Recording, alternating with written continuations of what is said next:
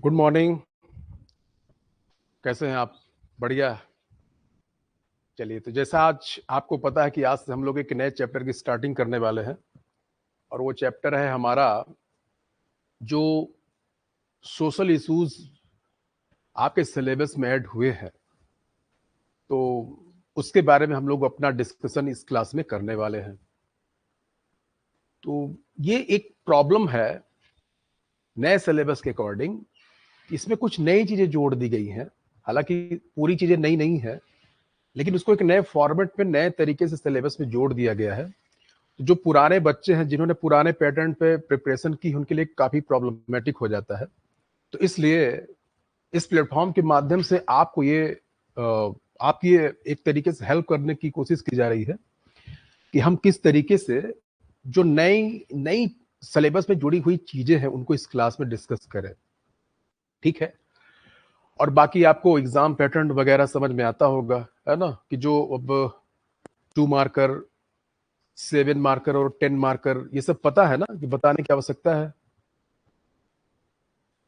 ठीक है। ये हाइब्रिड बैच है, इसमें ऑनलाइन बच्चे भी लाइव हैं और आप लोग तो हैं ही। खैर, ठीक है। तो इस क्लास को हम इस तरीके से ऑर्गेनाइज करेंगे ताकि जो क्लासरूम प्रोग्राम है वो भी अपना एक अच्छे इफेक्टिव तरीके से रन करता रहे और जो लाइव क्लास है वो भी अच्छे तरीके से चलती रहे। ठीक है। तो जैसे अब जो नया स्ट्रक्चर है एग्जाम का, उसमें आपको पता है कि 2 मार्कर क्वेश्चन है जिनके आंसर आपको 20 वर्ड में लिखने होते हैं। इसके अलावा जो 7 मार्कर क्वेश्चन है 7 नंबर के, ठीक है, वो कितने वर्ड में लिखने होते हैं? 60 वर्ड में। और 200 वर्ड, है ना, 10 नंबर के जो क्वेश्चन आते हैं उनके आंसर आपसे 200 वर्ड्स में पूछे जाते हैं। तो अब चूंकि ये थोड़ा बहुत ही बदलाव हुआ है। पहले इसको जैसे पहले 3 मार्कर हुआ करता था, उसको 10 से 1 या 2 लाइन या मतलब 10 से 20 शब्द में लिखना होता था। तो थोड़ा बहुत ही बदलाव है। तो मुझे उम्मीद है कि इन सब चीजों के बारे में आप लोगों को पता होगा। जिनको स्पेसिफिक कोई प्रॉब्लम हो तो कमेंट बॉक्स में आप लोग अपने मैसेज ड्रॉप करें, तो मैं उसको उस तरीके से एक्सप्लेन कर दूंगा। ठीक है। तो सबसे पहले तो हम लोग ये देखते हैं कि इस क्लास में हम लोग पढ़ने वाले क्या है। ठीक है।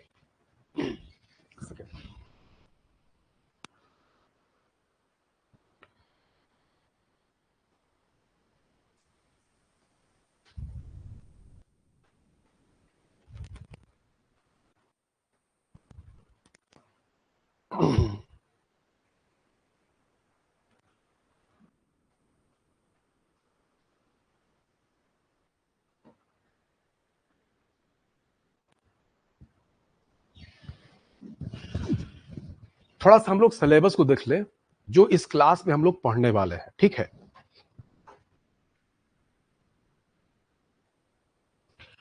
देखिए, ये है आपका जीएस का जो पेपर नंबर 2 है उसका पार्ट बी। ठीक है। कौन सा पार्ट? बी। ठीक। और इसमें 5 यूनिट हैं। इनफैक्ट आपको अच्छे से पता है कि जो फर्स्ट सेकंड पेपर है तो दोनों में दोनों पार्ट में 5-5 यूनिट है। तो इस सेकंड पेपर का सेकंड पार्ट है, यहाँ पे लिखा हुआ है खंड ब। और यहाँ पे देखिए, यहाँ पे लिखा है समाज शास्त्र। क्या लिखा हुआ है? समाज शास्त्र।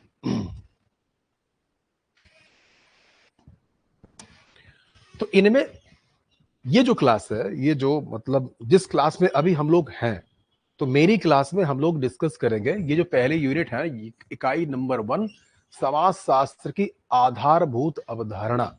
ठीक है। तो इस क्लास में हम लोग इस टॉपिक को डिस्कस करने वाले हैं। ठीक। अब ये जो इकाई नंबर 1 है, इस इकाई नंबर 1 में 5 चैप्टर हैं आपके। कौन कौन से? सबसे पहला है समाज की भारतीय संकल्पना, कुटुंब, परिवार, नातेदारी, वंश, गोत्र, परंपरा। देखिए, हम एक सामाजिक प्राणी है। ठीक है। हम एक समाज में रहते हैं, लेकिन समाज अचानक अस्तित्व में थोड़ी आया है। समाज के बहुत सारे घटक होते हैं, बहुत सारे सामाजिक मूल्य हैं, बहुत सारी सामाजिक मान्यताएं हैं, परंपराएं होती हैं, और इसके अकॉर्डिंग ही जो है मानव समाज संगठित होता है। ठीक। और आपको देश और काल के सापेक्ष में सामाजिक संगठन में काफी विविधता भी दिखाई देती होगी। जैसे भारतीय समाज आपको अलग तरीके से दिखाई देगा, यूरोपीय समाज आपको अलग तरीके से दिखाई देगा। अब भारतीय समाज में भी अगर आप जाएंगे तो मतलब बहुत सारी ऐसी सोसाइटी हैं, बहुत सारे ऐसे रीजन वाइज क्षेत्र है जहां पे आपको वहां का समाज दूसरे तरीके से दिखाई देगा।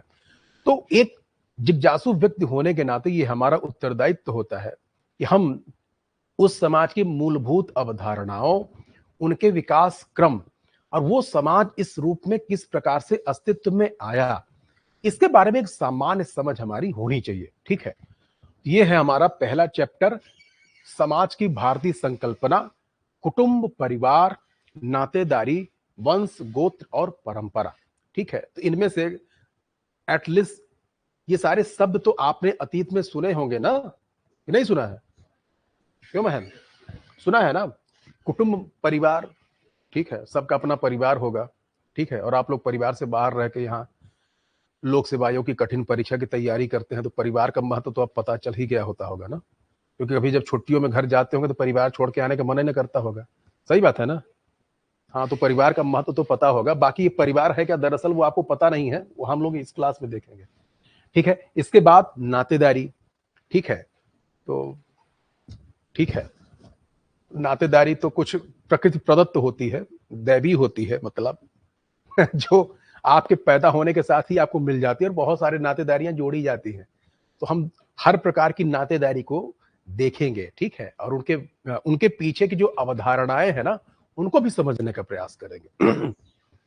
वंश, गोत्र, परंपरा। ठीक है, जैसे आप लोगों में से कई लोगों को पता होगा, आपके बड़े बुजुर्गों ने बताया होगा कि हमारा गोत्र ये है, हम इस वंश से संबंधित हैं, हमारा मूल स्थान ये है ना?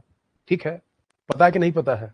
ठीक है, गोत्र पता है ना, क्या है? कश्यप गोत्र, सूर्यवंशी। ठीक है, तो ऐसे ही तो मेरे कहने का मतलब ये है ना कि जैसे आपने बताया कि मेरा कश्यप गोत्र है, तो ये अचानक ही थोड़ी आया होगा, इसके पीछे कोई लंबी चौड़ी परंपरा और घटनाएं घटित होगी, है ना, जो हम लोग देखने का प्रयास करेंगे। दूसरी जो यूनिट है वो है, सॉरी दूसरा चैप्टर है, फर्स्ट यूनिट का जो दूसरा चैप्टर है वो है सामुदायिक, समुदाय, संस्था, ये क्या लिखा है, संघ, संस्कृति, मानदंड और मूल्य। ठीक है, जो कोई समाज होता है, ठीक है, उसकी अपने कुछ सार्वभौम मूलभूत मान्यताएं होती हैं। ठीक, और उसके अनुकूल जीवन जो है बेहतर जीवन माना जाता है। ये आपने नोटिस किया होगा, नहीं किया होगा तो मैं समझाता हूं तब आपको समझ में आ जाएगा। जैसे कुछ सोसाइटी में नॉनवेज खाना बुरा नहीं माना जाता, कुछ सोसाइटी में नॉनवेज खाना बहुत बुरा माना जाता है, लेकिन नॉनवेज खाने वाले भी मजे से अपना जीवन व्यतीत कर रहे हैं। नॉनवेज जो जो नॉन वेजिटेरियन है, मतलब जो वेजिटेरियन है, कहने का मतलब जो वेजिटेरियन जो नॉन वेजिटेरियन, दोनों अपना जीवन जो है आसानी के साथ और बढ़िया से जी रहे हैं। लेकिन सोसाइटी के देखिए डिफरेंस देखिए कि एक सोसाइटी में नॉनवेज खाना बहुत बुरा माना जाता है, और एक सोसाइटी में नॉनवेज खाना मतलब वो एक ओकेजन माना जाता है कि आज नॉनवेज खाने वाले हैं हम लोग, है ना, तो उसके लिए वो काफी तैयारी वगैरह करते हैं। ठीक है, तो कहने का मतलब जो भी समाज होता है ना, उसके अपने कुछ मानदंड होते हैं, उसकी कुछ अपनी जीवन शैलियां होती हैं, उसके अपने कुछ मूल्य होते हैं जो उस समाज को निर्देशित करने का कार्य करते हैं, उस समाज को दिशा देने का कार्य करते हैं। तो ये जो सेकंड चैप्टर है, हम इस सेकंड चैप्टर में इन सब चीजों को भी देखने का प्रयास करेंगे। ठीक है, फिर आते हैं हम लोग थर्ड चैप्टर में। और थर्ड चैप्टर जो है वो है सामाजिक समरसता के तत्व, सभ्यता और संस्कृति की अवधारणा, भारतीय संस्कृति की विशेषताएं। ये बहुत महत्वपूर्ण चैप्टर है। इनफैक्ट मेरे हिसाब से अगर हम कॉन्सेप्ट वाइज देखें, संकल्पना के स्तर पर देखें, तो ये जो तीसरा जो चैप्टर है बड़ा महत्वपूर्ण है। देखिए, आज अगर मानवता को किसी सबसे बड़े संकट का सामना करना पड़ रहा है मानव होने के नाते, ठीक है, वो है सामाजिक संघर्ष का। ठीक, आप दुनिया के हर कोने में अंतर सामाजिक और अंतः सामाजिक संघर्ष आसानी के साथ देख सकते हैं। सामाजिक तनाव जो है वो अ, एक ऐसी समस्या बन चुका है व्यक्ति के जीवन में, जिसकी वजह से एक जो मानव होने का की मूलभूत अवधारणा है ना, कभी कभी हमको शर्म लगती है कि हम मानव क्यों हैं, जब हमारे जीवन में भाई देखिए, हर समाज का गठन इंसान के द्वारा ही किया गया है ना। तो अब सोचने की बात है कि अगर इंसान ने समाज का गठन किया है तो मानवू जो मानवीय मूल्य है वो सर्वोच्च होने चाहिए। लेकिन आपको हर समाज में क्या दिखाई देगा? आपको हर समाज में तनाव दिखाई देगा, संघर्ष दिखाई देगा। तो आखिर इस संघर्ष के मूलभूत कारण क्या हैं? ठीक है, इस संघर्ष की उत्पत्ति हुई कैसे? इन संघर्षों का निदान, निराकरण किस प्रकार से किया जा सकता है? ये हमको सोचना पड़ेगा ना। नहीं, हम अपनी आने वाली विरासत को क्या देके जाने वाले हैं? फिर हम आने वाली विरासत को हम संघर्ष ही देकर जाएंगे ना। ठीक है, तो ये जो सामाजिक समरसता, ठीक है, यहाँ पे हम भारतीय संस्कृति है, ठीक है, उसकी हम विशेषताओं को देखने का प्रयास करेंगे, पढ़ने का प्रयास करेंगे। उसके बाद जो सामाजिक संघर्ष है उसको हम समझने का प्रयास करेंगे। इसके बाद जो सामाजिक समरसता है, मतलब किस प्रकार से ये जो अंतर विरोध हैं इनका निराकरण करके हम एक ऐसे समाज का गठन करें जो सह अस्तित्व की मूलभूत अवधारणा पर आधारित हो, जिसमें रहने वाले सभी लोग शांतिपूर्वक अपना जीवन व्यतीत करें। ये हम लोग देखने का प्रयास करेंगे। इनफैक्ट यहाँ पर हम लोग इस चैप्टर में उसको पढ़ेंगे। कोई दिक्कत तो नहीं समझने में? आपको जो फोर्थ चैप्टर है वो जो भारत की कुछ मूलभूत सामाजिक परंपराएं हैं उनसे संबंधित है। ठीक है, जैसे आपने नाम सुना होगा, परिवार यहाँ पे अगेन दिया हुआ है, शिक्षा, धर्म, वर्ण, ऋण, यज्ञ, संस्कार।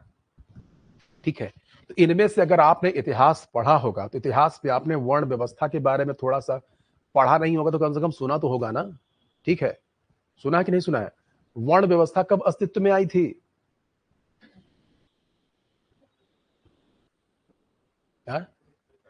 ऋग्वेद में है। वर्ण व्यवस्था का आरंभिक साक्ष्य कहां से प्राप्त होता है? बहुत सिंपल सा क्वेश्चन है और कई सारे एग्जाम में हजारों बार पूछ चुका है। एक आध दो बार पूछा गया होता तो मैं ना पूछता क्वेश्चन आपसे। 10वें मंडल में, कहां पे?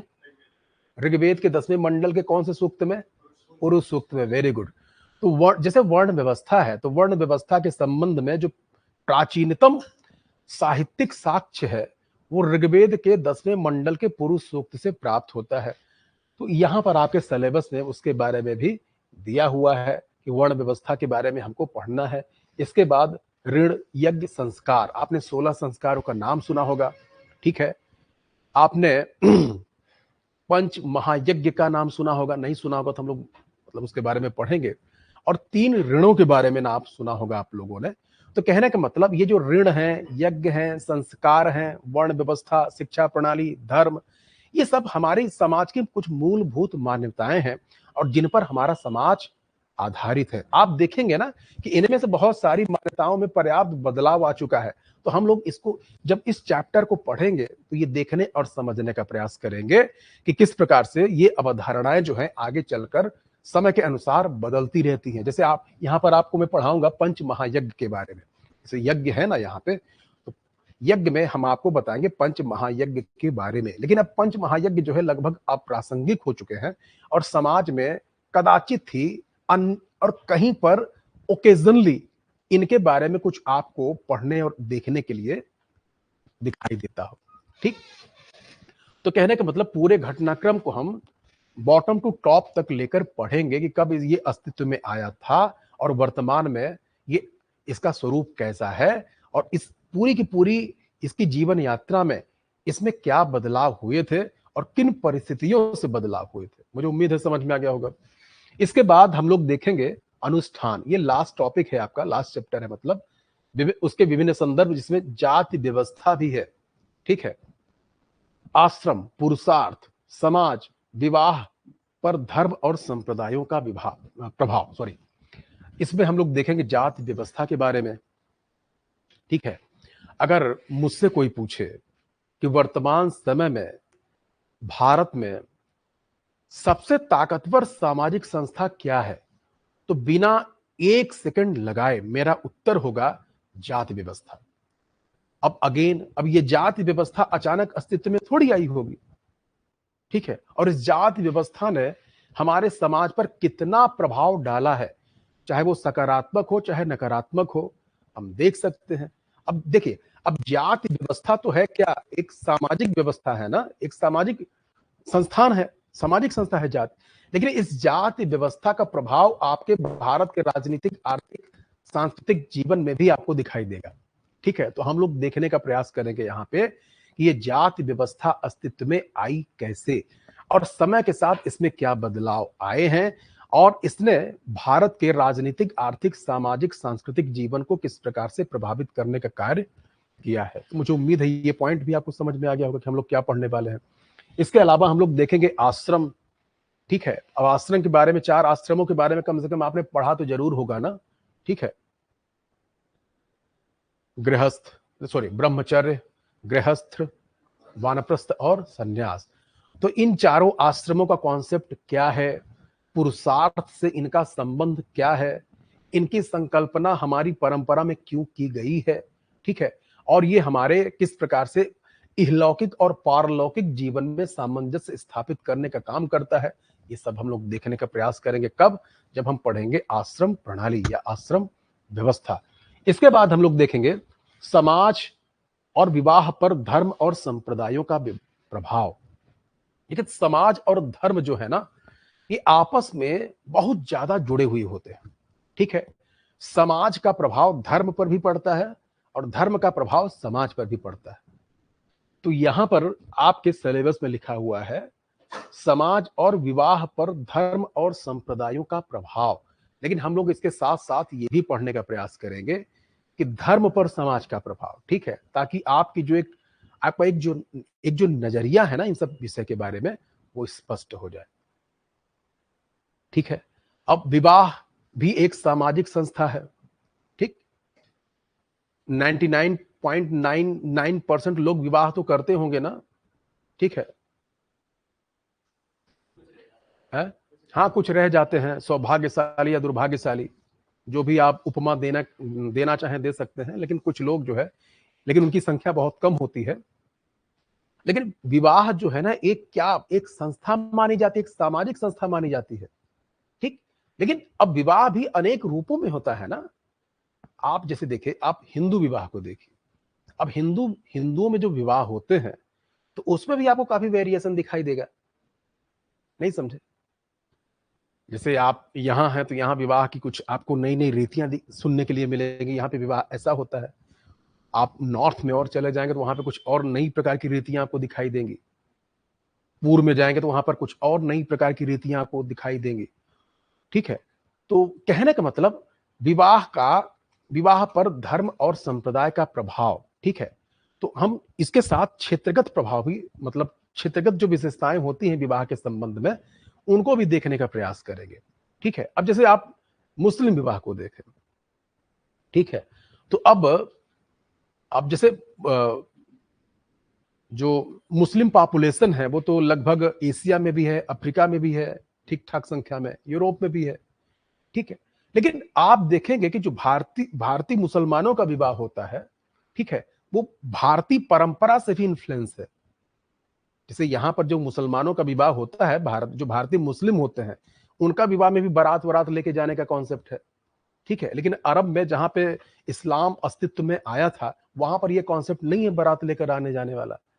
ठीक है, तो हम लोग ये देखेंगे कि किस प्रकार से स्थानीय संस्कृति, मतलब समाज का प्रभाव पड़ता है विवाह पर, और धर्म का प्रभाव कैसे पड़ता है वो तो हम लोग देखेंगे ही। तो मुझे उम्मीद है आपको ये सारा सिलेबस जो है समझ में एटलीस्ट आ गया होगा कि इस क्लास में हम लोग पढ़ने वाले क्या क्या है। ठीक है, अब सिलेबस के अकॉर्डिंग आपको कोई डाउट हो तो आपका क्वेश्चन आप पूछ सकते हैं।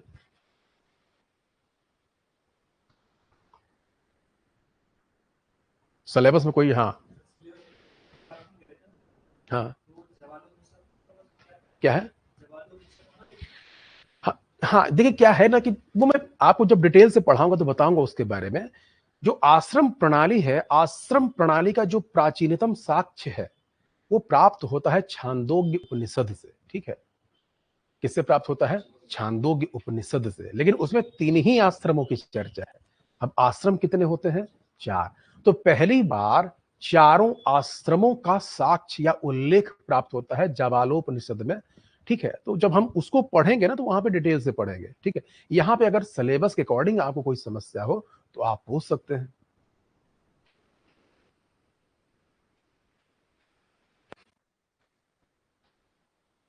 ठीक, चलिए बड़ी अच्छी बात है, सब समझ में आ गया। तो इससे एक शिक्षक के लिए इससे अच्छी बात क्या हो सकती है कि उसने जो बातें बताई वो छात्रों को समझ में आ गई। ठीक, तो यहाँ पर इस क्लास में, इस पर्टिकुलर क्लास में, ये जो क्लास लेने मैं आया हूं, तो हम लोग इसी फर्स्ट यूनिट को कवर करेंगे। ठीक है, हाँ, तो पहले फर्स्ट यूनिट ही कवर करेंगे ना, उसके बाद दूसरी यूनिट कवर करेंगे ना। ठीक है, कि पहले ऐसा करूं कि मतलब पहले यूनिट का एक चैप्टर का, एक टॉपिक का एक पैराग्राफ पढ़ा दूं, फिर दूसरे यूनिट का एक चैप्टर मतलब इस तरीके से, ताकि आपको कुछ पता भी न चले कि आप पढ़ क्या रहे क्लास में।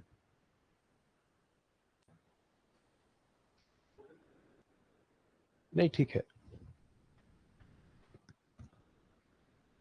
ठीक,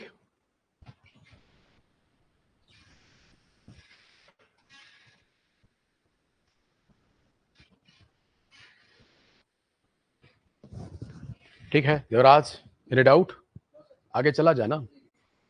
तो जो हम लोग जो शुरुआत करने वाले हैं इस यूनिट की, तो हम लोग शुरुआत करने वाले हैं थर्ड चैप्टर से। थर्ड चैप्टर कौन सा है आपका? हाँ, ये है ना।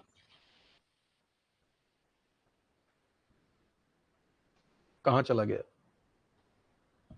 सामाजिक समरसता, सभ्यता, संस्कृति। ठीक है, और सामाजिक समरसता के घटक। ठीक, तो एक, चूंकि ये एक क्या है, ये एक फंडामेंटल टॉपिक है ना, बाकी सारी यूनिट्स का संबंध इस टॉपिक से है, तो इसलिए हम इसकी शुरुआत करने वाले हैं किससे? थर्ड चैप्टर से। ठीक है, एक बार आप पढ़ दें तो मैं यहां पे लिख देता हूं। एक सेकेंड। सामाजिक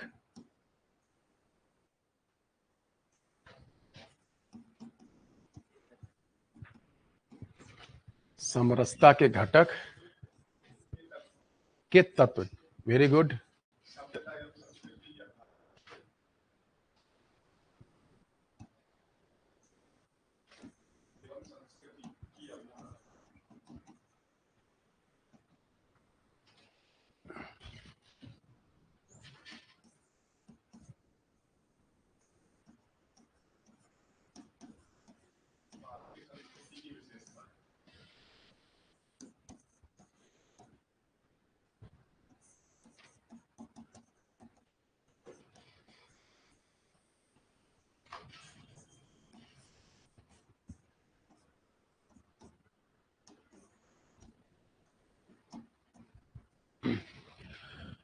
तो ये जो थर्ड चैप्टर है आपका, इस थर्ड चैप्टर में क्या है?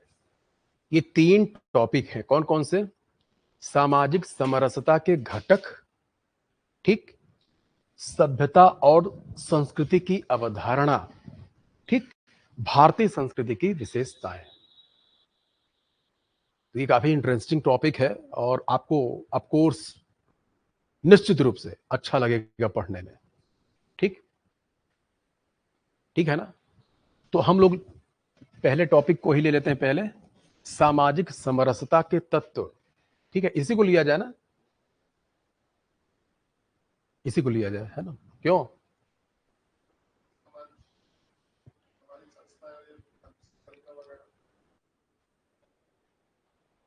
इसी मतलब दूसरे को लें, इसी को स्टार्टिंग यहीं से किया जाए, है ना?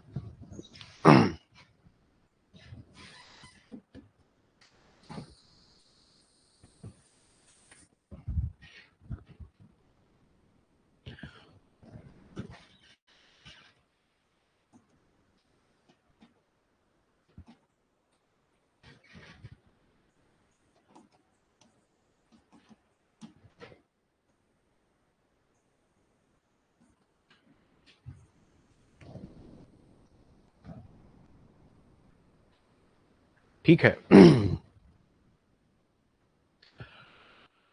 तो इसमें सबसे पहले, अब आपके सिलेबस में सीधा पूछा गया है कि सामाजिक समरसता के तत्व या घटक, कंपोनेंट।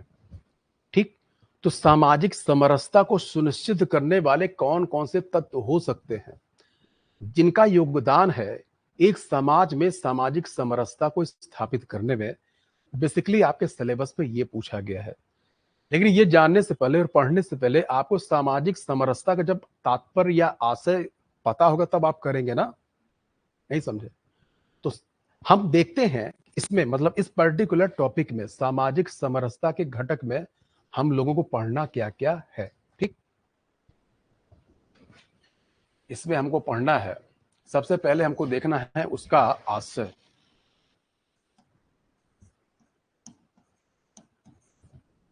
सबसे पहले हमको क्या पढ़ना है? आशय। ठीक? कि इसका आशय दरअसल होता क्या है? ठीक है? इसके बाद हम लोग देखेंगे कि सामाजिक समरसता के तत्व या घटक क्या-क्या हैं। ठीक? इसके बाद हम लोग देखेंगे, देखिए ये काफी बड़े टॉपिक है ना। अब जैसे हम तत्व में जाएंगे ना, तो तत्व की कई सारी सब कैटेगरीज हैं, और हर सब कैटेगरी के, जैसे यहाँ पे तत्व में मैं आपको कई तरीके से बताऊंगा कि संवैधानिक तत्व क्या है, ठीक है, और पारिवारिक क्या है, शैक्षणिक क्या है। तो इसमें मतलब एक लंबा टॉपिक है, अभी मैं केवल आपको वो बताने वाला हूं जो इस चैप्टर में हम लोग पढ़ने वाले हैं। ठीक? इसके बाद हम लोग पढ़ेंगे चुनौतियां।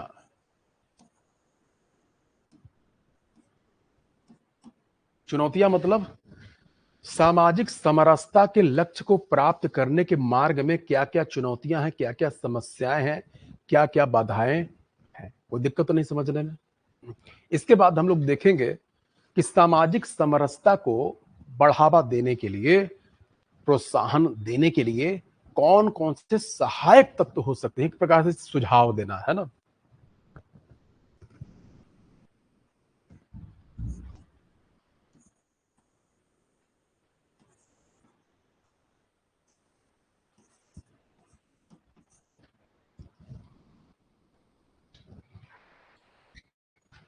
मुझे उम्मीद है समझ में आ गया होगा कि इस क्लास में हम लोग पढ़ने वाला क्या क्या है। ठीक, आ गया ना। सबसे पहले हम लोग क्या पढ़ेंगे? सामाजिक समरसता का आशय, उसके बाद सामाजिक समरसता के घटक, और उसके बाद सामाजिक समरसता के को स्थापित करने के मार्ग में कौन कौन सी चुनौतियां हैं, कौन कौन सी समस्याएं हैं, और सबसे लास्ट में सामाजिक समरसता के लक्ष्य को प्राप्त करने के मार्ग, सॉरी, को प्राप्त करने में कौन कौन से सहायक तत्व हो सकते हैं, किनका आश्रय लेकर, किनका सहारा लेकर उसे और उसी के साथ बढ़ावा दिया जा सकता है। एक तरीके से आपके सुझाव कि ये नहीं होना चाहिए, ये होना चाहिए, जैसे आप इस तरीके से देते हैं। ठीक? कोई दिक्कत तो नहीं समझने में? तो सबसे पहले हम लोग देखते हैं कि सामाजिक समरसता का आशय क्या है।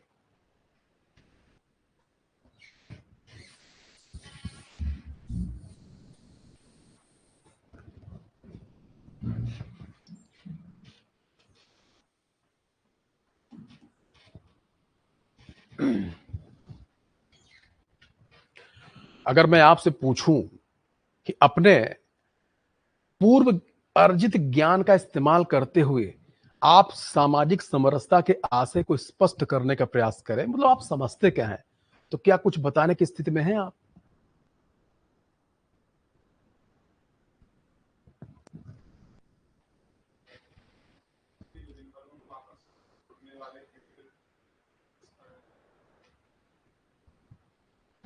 हम्म।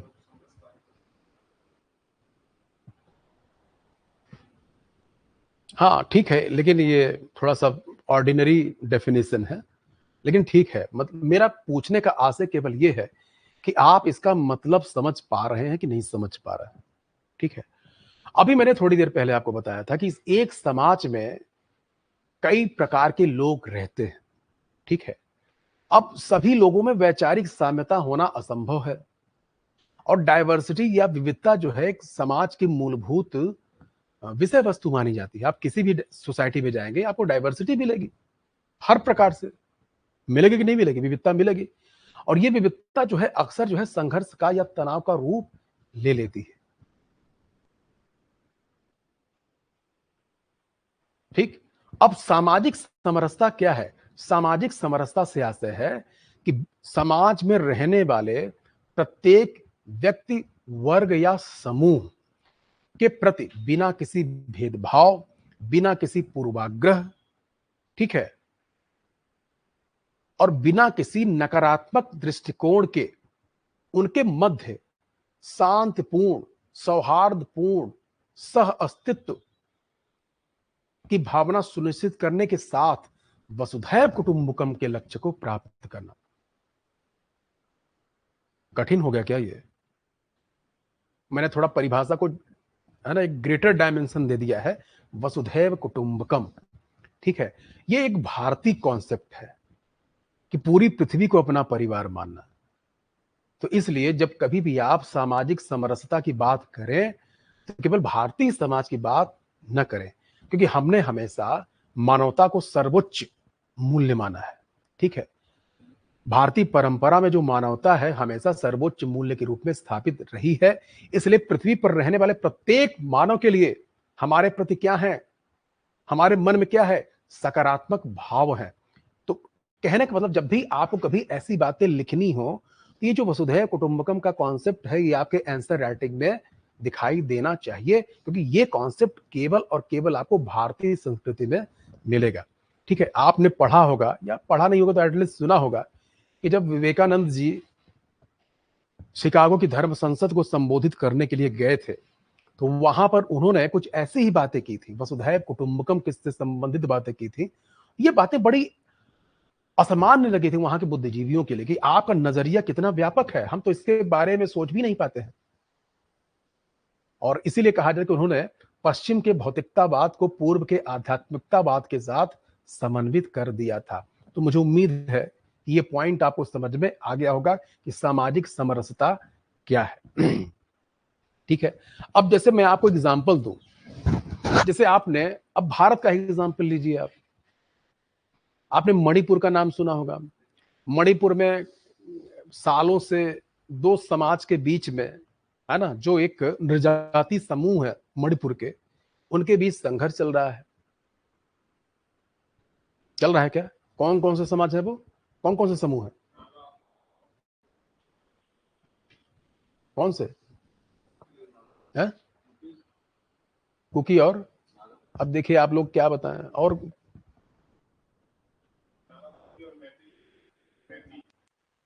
हाँ, मैतेई और कुकी, कुकी के बीच में। अब देखिए ये अब इस संघर्ष का मूल कारण जो भी हो, समझ रहे हैं, हम यहां पे ये जाने वाले नहीं हैं कि इन दोनों समुदायों के बीच में ये संघर्ष क्यों हो रहा है, लेकिन लंबे समय से ये दोनों समूह, ये दोनों समाज एक ही साथ रहते हुए आ रहे हैं। समझे? तो कहने का मतलब, इस प्रकार के संघर्ष जो सामाजिक समरसता की जो की हमारी जो मूलभूत मान्यता है उसको किसी न किसी प्रकार से चुनौती देते हैं और उसके लिए ये खतरा है। तो जब हम सामाजिक समरसता की बात करते हैं ना, तो इस प्रकार के होने वाले, ऐसे किसी भी प्रकार के होने वाले संघर्ष को हम लोग मिनिमाइज करने, समाप्त करने की बात करते हैं। मुझे उम्मीद है अब समझ में आ गया होगा आप लोगों को। ठीक है, नहीं है, आ गया ना? तो इसको मैं कुछ लिखाता भी जाऊं कि ये सही रहेगा बस एक्सप्लेन करता जाऊं? थोड़ा सा लिखा भी दो तो जल्दी से लिखिएगा। सामाजिक समरसता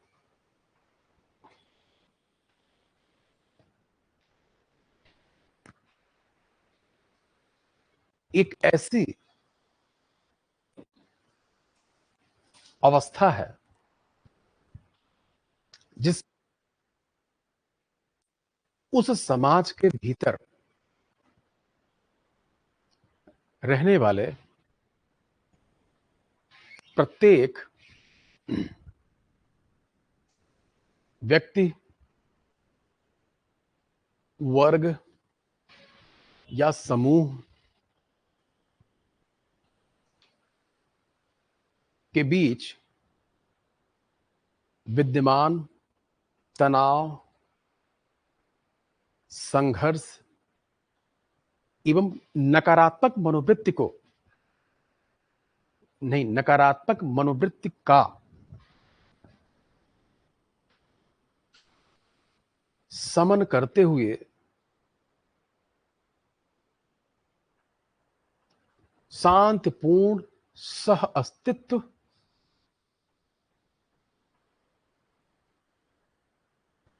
सुनिश्चित सुनिश्चित करते हुए, नहीं, सुनिश्चित कर, शांतिपूर्ण सह अस्तित्व को सुनिश्चित कर वसुधैव कुटुंबकम के लक्ष्य को प्राप्त करना है। किसको प्राप्त करना है?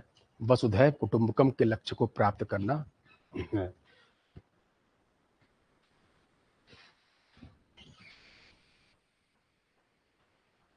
ठीक है, पैराग्राफ चेंज करके स्पष्ट है कि सामाजिक समरसता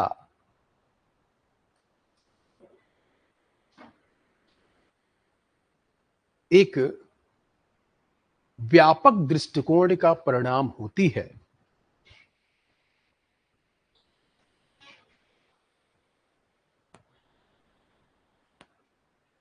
जो प्रेम, करुणा, परोपकार, सहृदयता जैसे मानवीय सद्गुणों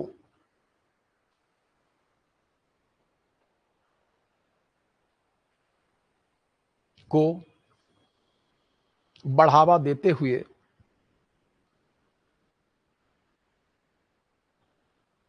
स्वहित के ऊपर परहित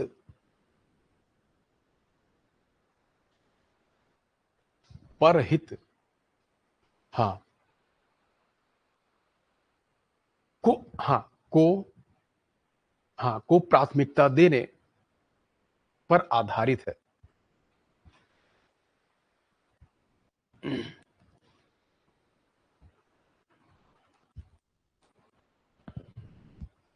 मुझे उम्मीद है कि समझ में आ गया होगा आपको। देखिए क्या है ना कि जब आप, जिसे एक साइंस भी कहता है कि दो व्यक्ति एक समान नहीं हो सकते, आपको संसार में एक ही जैसे दो व्यक्ति नहीं मिलेंगे कभी भी, थोड़ा ना थोड़ा अंतर उनके बीच में जरूर होगा, चाहे इंटरनली हो चाहे एक्सटर्नली हो।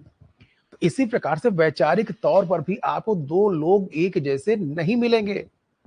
तो ऐसे समाज में जहां पर लाखों करोड़ों अरबों की संख्या में लोग रहते हों, तो अगर ऐसे समाज में आप अपनी ही बातों पर बहुत ज्यादा दृढ़ रहेंगे, ठीक है, आप अपनी ही बातों को दूसरों पर थोपने का प्रयास करेंगे, तो आप कभी भी सामाजिक समरसता के लक्ष्य को प्राप्त नहीं कर सकते। तो ये सामाजिक समरसता हमें एक पॉजिटिव मैसेज देती है कि अगर मैं एक सामाजिक प्राणी हूं और मुझे समाज में रहना है, तो मुझे जो है सामंजस्य बना के रखना पड़ेगा। मुझे जो है ये जो न्यायोचित मानवीय सद्गुण है, इनको अपने जीवन में अपनाना पड़ेगा। और कई अवसर ऐसे आएंगे जब हमारे स्वहित और परहित में संघर्ष होगा। तो अगर सामाजिक समरसता के लक्ष्य को हमको प्राप्त करना है, तो वहां पर हमें स्वहित पर परहित को वरीयता देनी पड़ेगी। ठीक है, मुझे उम्मीद है कि समझ में आ गया होगा।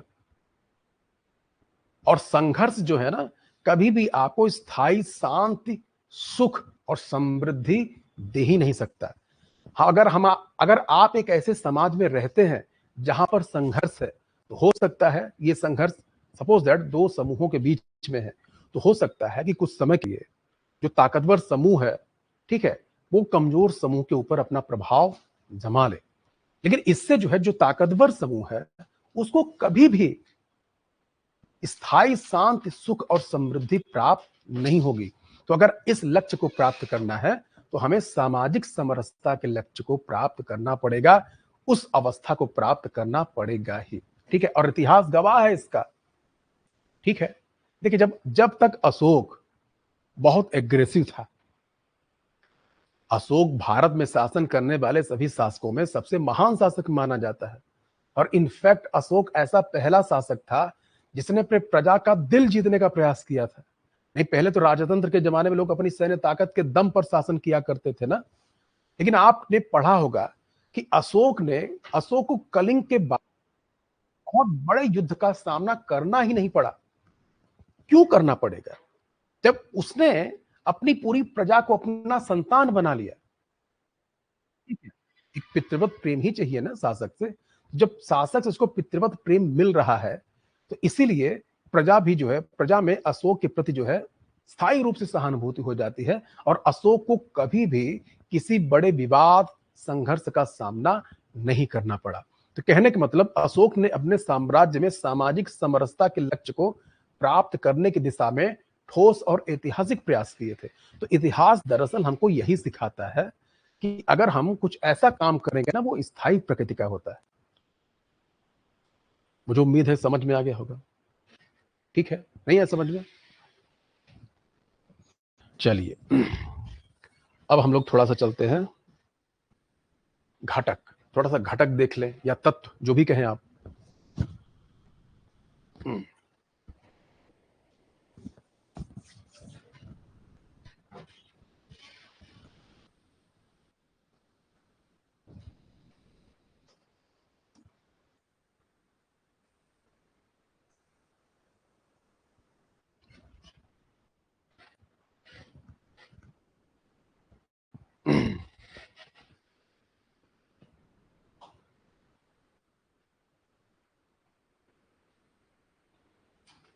ठीक है, क्यों जितेश, आया कुछ समझ में है?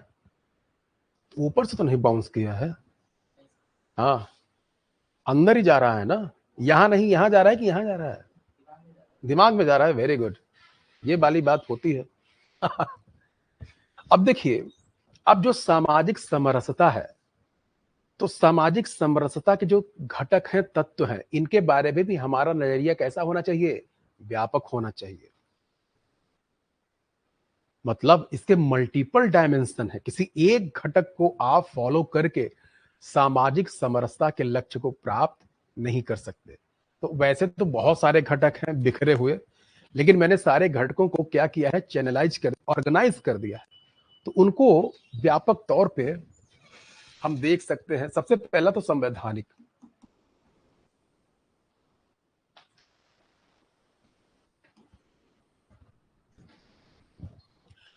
ठीक है, ये आधुनिक मान्यता के अनुरूप है। क्यों? क्योंकि हम जिस समाज में रहते हैं, उस समाज में क्या है? रूल ऑफ लॉ, विधि का शासन। ठीक है, तो सामाजिक, विभिन्न समाजों के बीच में समन्वय, सद्भाव स्थापित करने के संबंध में जो भी संवैधानिक विधियां हैं, उनको हम लोग देखने का प्रयास करेंगे। ठीक है, नहीं है समझ में? क्योंकि हम एक किस समाज में रहते हैं? हम एक संवैधानिक समाज में रहते हैं ना, जो किससे शासित होता है? विधियों से। और संविधान क्या है? मूलभूत विधि है।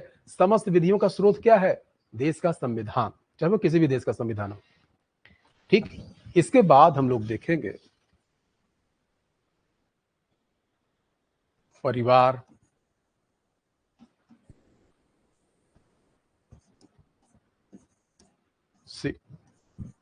शिक्षा। अब जैसे यहाँ पे परिवार और शिक्षा, मैंने दो यहाँ पे घटक लिखे हैं, दो तत्व। आप लोग खुद भी नोटिस करते होंगे कि जैसे किसी, आप व्यक्ति को देखते होंगे या बालक को देखते होंगे, अगर उसका आचरण आपको काफी सभ्य दिखाई देता होगा, तो आप लोग आपस में बात करते होंगे ना कि लगता है इसके माता पिता ने बहुत अच्छे संस्कार दिए हैं इसको। नहीं समझे? ऐसा, ऐसी बात आपने भी अपने जीवन में कभी ना कभी जरूर की होगी, किसी को देख के।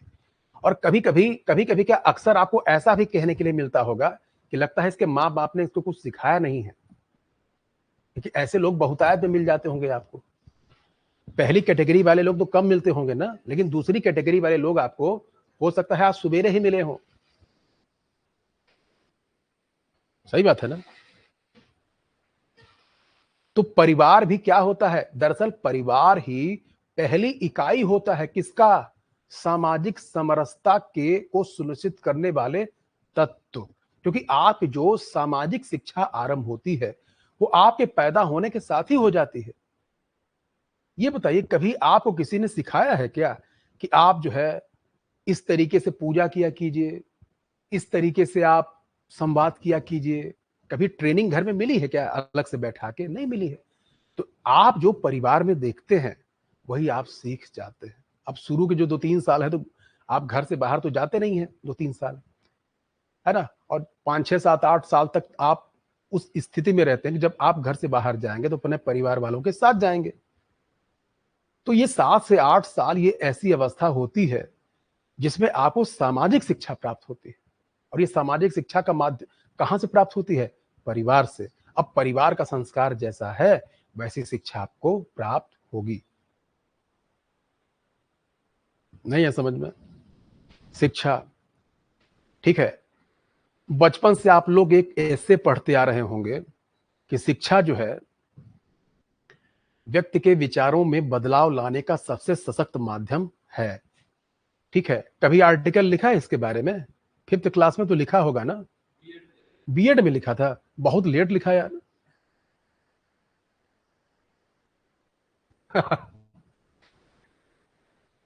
चलिए खैर, तो कहने का मतलब वाकई ये रियलिटी है कि एजुकेशन एक ऐसा एलिमेंट है जो आपके विचारों में बौद्धिक मतलब आपकी बौद्धिकता में, आपके विचारों में बदलाव लाने का कार्य करता है।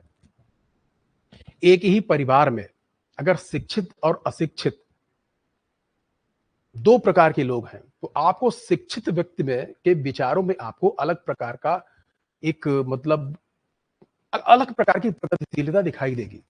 इसका मतलब ये नहीं कि जो पढ़ा लिखा नहीं वो बिल्कुल भी बेकार होता है, ऐसा नहीं मेरे कहने का मतलब, लेकिन विचारों में आपको जो एक प्रगतिशीलता है, वहाँ पर आपको स्पष्ट रूप से दिखाई देगी। ध्यान रहे यहाँ पर शिक्षित कहने का मेरा आशय ये है ना कि पर्याप्त और अच्छे प्रकार से शिक्षित होना ये नहीं कि केवल कहीं से डिग्री ले आ लिया है, नहीं तो वैसे लोग बड़ी मुसीबत पैदा करते हैं। उनको भ्रम भी रहता है मैं बहुत ज़्यादा शिक्षित हूँ और उनको कुछ आता भी नहीं है। तो लोग जो है एग्जाम्पल देते कह रहे क्या कुछ नहीं होता है, उसका देखो ना वो ऐसा पास आउट है। क्या नाम था वो 3 इडियट वाले का, जो घर में बैठ के डिग्री ले रहा था? रणछोड़ दास, श्यामल दास छाछड़, है ना? तो वो नहीं बनना है आपको, आपको वाकई जो है शिक्षा ग्रहण करनी है, तब आपके विचारों में बदलाव आएगा। ठीक है? इसके बाद रीति रिवाज।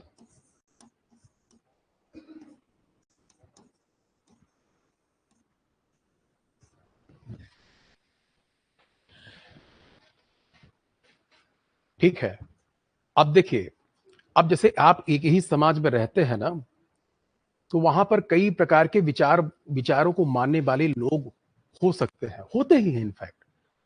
चाहे वो धार्मिक समूह हो, चाहे नृजाति समूह हो, चाहे भाषाई समूह हो, चाहे स्थानीय समूह हो, और हो सकता है उनकी परंपराएं कुछ ऐसी हो जो एक दूसरे के प्रतिकूल हो। अब ये हमारी जिम्मेदारी है, मान लीजिए कि मैं मेरी कोई परंपरा है और अगर मैं उस परंपरा का पालन करता हूं, इससे उनकी भावनाओं पर उनकी भावनाएं आहत हो सकती हैं।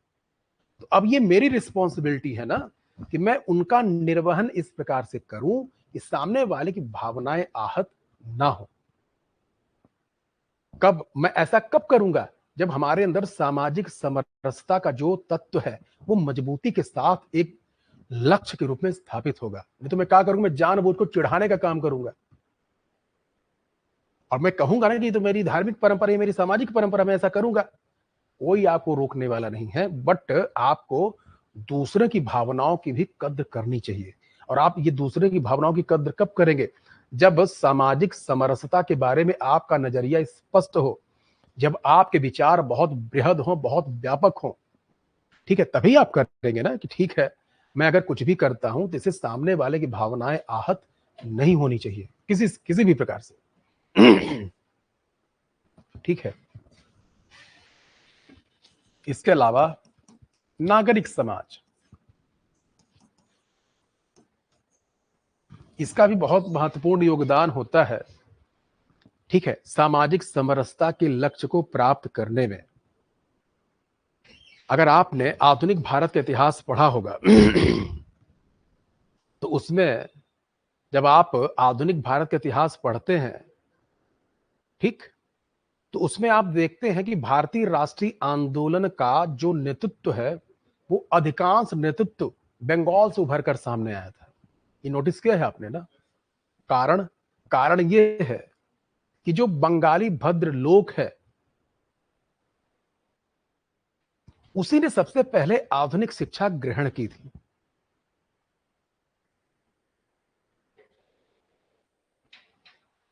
समझे? और इस बंगाली भद्रलोक ने भारतीय समाज को एकजुट करने में, सही रास्ता दिखाने में, मतलब उस समय की बात कर रहा हूं मैं, महत्वपूर्ण भूमिका निभाई थी।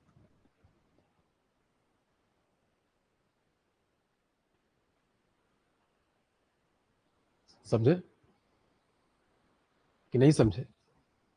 हाँ, तो आज भी जो बंगाली भद्रलोक है ना, अपने प्रगतिशील उदात्त विचारों के लिए जाना जाता है। ठीक है, इसके अलावा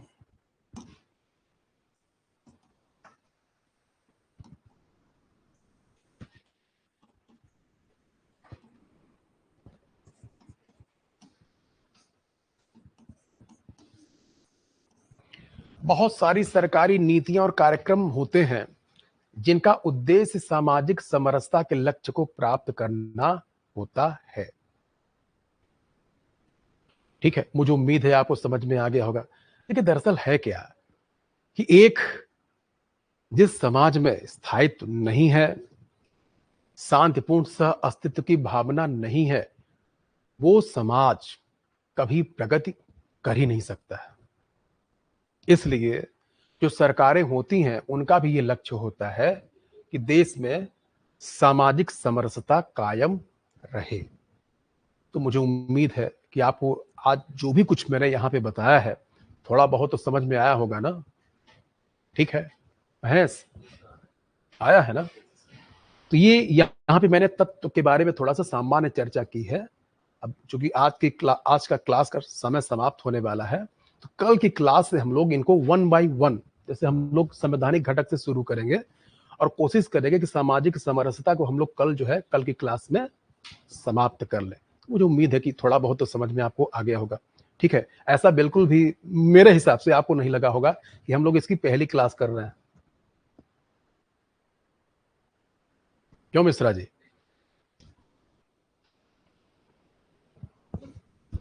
ठीक है ना ऋषि? कोई दिक्कत तो नहीं समझने में? तो कल की क्लास में हम लोग इसको कंटिन्यू करेंगे और सामाजिक समरसता के घटकों को हम वन बाय वन देखने का प्रयास करेंगे। कल ही हमारा प्रयास रहेगा कि सामाजिक समरसता को सुनिश्चित करने के मार्ग में जो बाधाएं हैं उनके बारे में भी हम लोग पढ़ें, और कल ही हम लोग जो है उनके संबंध में जो सुझाव हैं, मतलब उसको और कैसे मजबूत बनाया जा सकता है, उसको भी हम लोग पढ़ने का प्रयास करेंगे। ठीक है, तो इसी के साथ समयाभाव होने और समय समाप्त होने के कारण आज की क्लास को हम लोग यहीं पे समाप्त करते हैं। कल हम लोग यहीं पे इसी क्लास में, इसी प्लेटफॉर्म पर, इसी समय, इसी क्लास को आगे बढ़ाने के लिए फिर से मिलेंगे। तब तक के लिए आपका बहुत बहुत धन्यवाद।